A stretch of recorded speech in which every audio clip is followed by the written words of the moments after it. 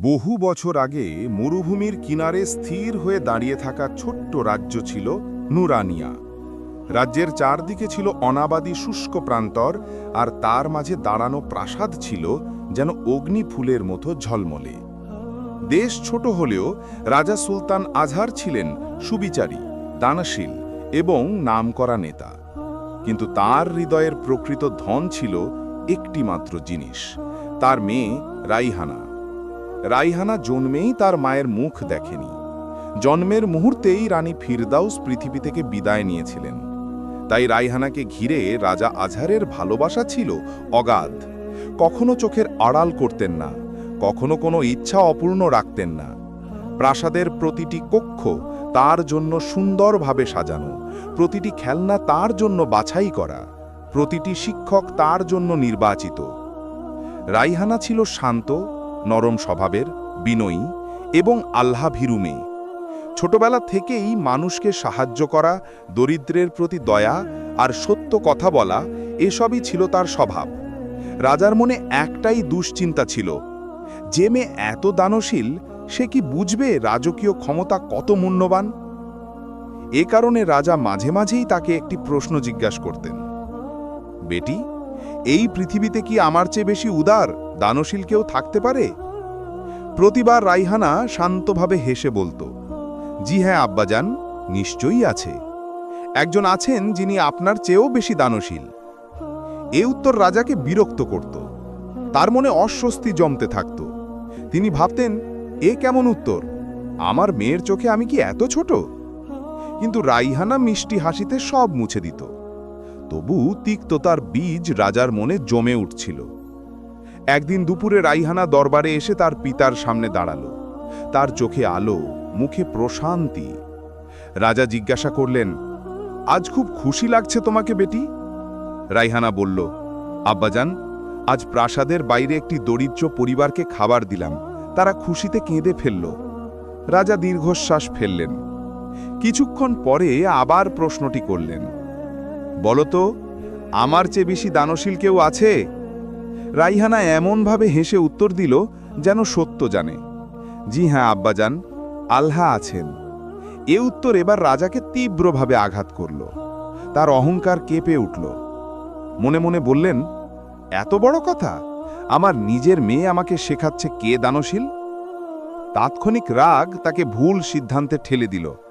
তিনি ভাবলেন, ওকে দারিদ্র্যের কঠোর স্বাদ জানতে হবে রাজকীয় নিরাপত্তা না থাকলে জীবন কেমন কঠিন। তখনই বুঝবে দানশীল কে, আমি নাকি অন্য কেউ। সে রাতে তিনি সিদ্ধান্ত নিলেন, রাইহানার বিয়ে দেবেন এক সাধারণ গরিব মানুষের সঙ্গে।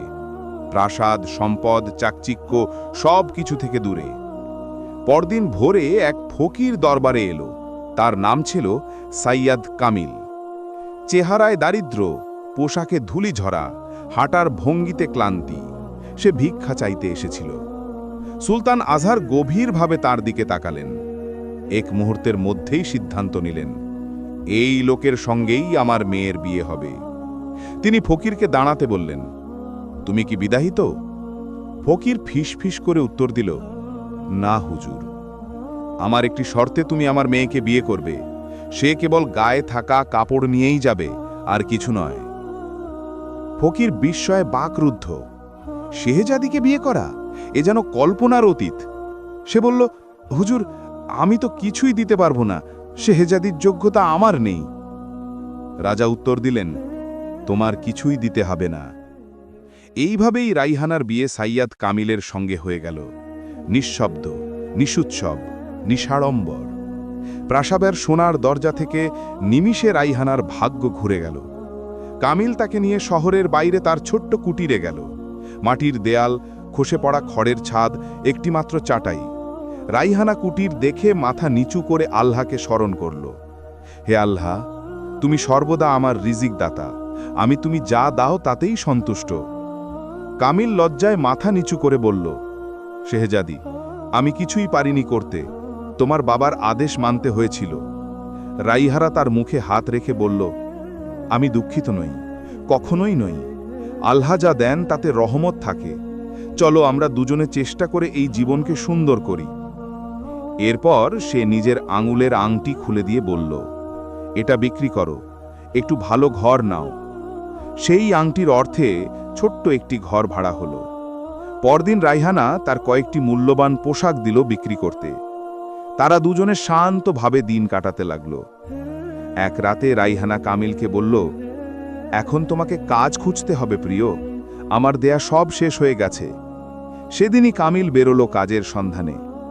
কামিল হাঁটতে হাঁটতে এক বৃদ্ধকে দেখল। তিনি গাছের নিচে বসেছিলেন। কামিল সমস্ত কষ্ট খুলে বলল। বৃদ্ধ হাসলেন। তিনি বললেন, আমার কাছে তোমাকে দেয়ার মতো কিছু নেই, শুধু 3টি নসিহত আছে। 1, যে তোমার উপর ভরসা করে তার বিশ্বাস ভেঙো না, যদিও তুমি দুর্বল হও। 2, আনন্দ ও সুযোগের মুহূর্ত নষ্ট করো না। 3, সত্য সব সময় মুক্তি দেয়, যত কঠিন হোক না কেন। কামিল প্রতিটি শব্দ হৃদয়ে লিপিবদ্ধ করল। পরদিন কামিল শ্রমিকদের জমায়েত স্থলে গেল। সকলেই কাজ পেল, একমাত্র সে বাদ পড়ল। শেষে এক লোক তাকে ডেকে নিল। আমার শ্রমিকদের তদারকি করবে? এভাবেই তার দিন কাটতে লাগল। মজুরদের দেখাশোনা, মালিকের বাজারের জিনিস আনা নেওয়া করা, মাঝে মাঝে মালিকের বাড়িতেই থাকা। মালিক ও তার স্ত্রী তাকে বিশ্বাস করতে লাগল। অনেক সময় মালিকের স্ত্রী তাকে খাবার দিত সদয়ভাবে। একদিন মালিক সফরে যেতে হলো। কামিলকে সব দায়িত্ব দিয়ে বলল, বাড়ি, বাগান, শ্রমিক সব তোমার উপর, আর বাড়ির ভিতরের কিছু লাগলে স্ত্রীকে এনে দেবে। কিছুদিন শান্তিতে কাটল। একদিন দুপুরে কামিল একটু আগেই কাজ শেষ করে বাগানের কুটুরিতে এসে বসল। হঠাৎ রাজ পরিবারের মহিলার চিৎকার, সাপ, সাপ! কামিল দৌড়ে গেল, লাঠি হাতে সাপ মারল। মালিকের স্ত্রী মুগ্ধ হয়ে তার কাছে এসে আলিঙ্গন করতে চাইল। ঠিক তখন কামিলের মনে পড়ল, যে তোমার উপর ভরসা করে তাকে প্রতারণা করো না। কামিল পিছনে সরে গেল। স্ত্রী বিরক্ত হয়ে চোখ নামিয়ে ফেলল। পরদিন মালিক ফিরে এসে স্ত্রীকে জিজ্ঞাসা করলে সে মিথ্যে অভিযোগ দিল, কামিল আমাকে স্পর্শ করতে চেয়েছিল। মালিক রাগে অগ্নিশর্মা হলেও মুখে প্রকাশ করল না। কামিলকে একটি সিল করা চিঠি দিল এবং বলল, এক বন্ধুর কাছে পৌঁছে দিও। কামিল বিশ্বাস করে রওনা হলো। পথে একটা বিয়ের আনন্দে ঢোল বাজছিল, হাসি, নাচ, উৎসব। কামিলের মনে পড়ল দ্বিতীয় নসিহাত, আনন্দ নষ্ট করো না। সে কিছুক্ষণ সেখানে কাটালো। তার নম্রতা দেখে বরপক্ষ তাকে সম্মান করল, খাবারও দিল। কামিল বলল তাকে একটি জরুরি চিঠি পৌঁছতে হবে। বরপক্ষের কর্তা বললেন, ঠিকানা দাও, আমাদের কবুতর পৌঁছে দেবে। কামিল রাজি হলো। পরদিন কাজে ফিরলে মালিক অবাক হলো, তুমি ফিরে এলে? জানো চিঠিতে কি ছিল? লেখা ছিল তোমাকে আগুনের ছুল্লিতে ফেলে দিতে। আমি তোমাকে মারতে চেয়েছিলাম, কিন্তু আজ জানলাম তুমি নির্দোষ। মালিক তাকে স্বর্ণ ভর্তি থলি দিল সম্মান হিসাবে। কামিল সেই থলি নিয়ে ঘরে ফিরল। রাইহানা সব শুনে বলল, এখন আর ওদের কাছে যেও না, বিপদ আছে। পরদিন কামিল নতুন কাজের খোঁজে বেরোল এবং এখানেই শুরু হচ্ছে তার ভাগ্যের প্রকৃত পরীক্ষা। তার ধৈর্য, সত্য এবং আল্লাহর উপর ভরসার সংযম। পরের পর্বে শুরু হবে সেই অভিযানের পথ যা তাকে নিয়ে যাবে পাহাড়, গুহা, রহস্য এবং এমন এক পরীক্ষায় যা তার সম্পূর্ণ ভাগ্য পাল্টে দেবে।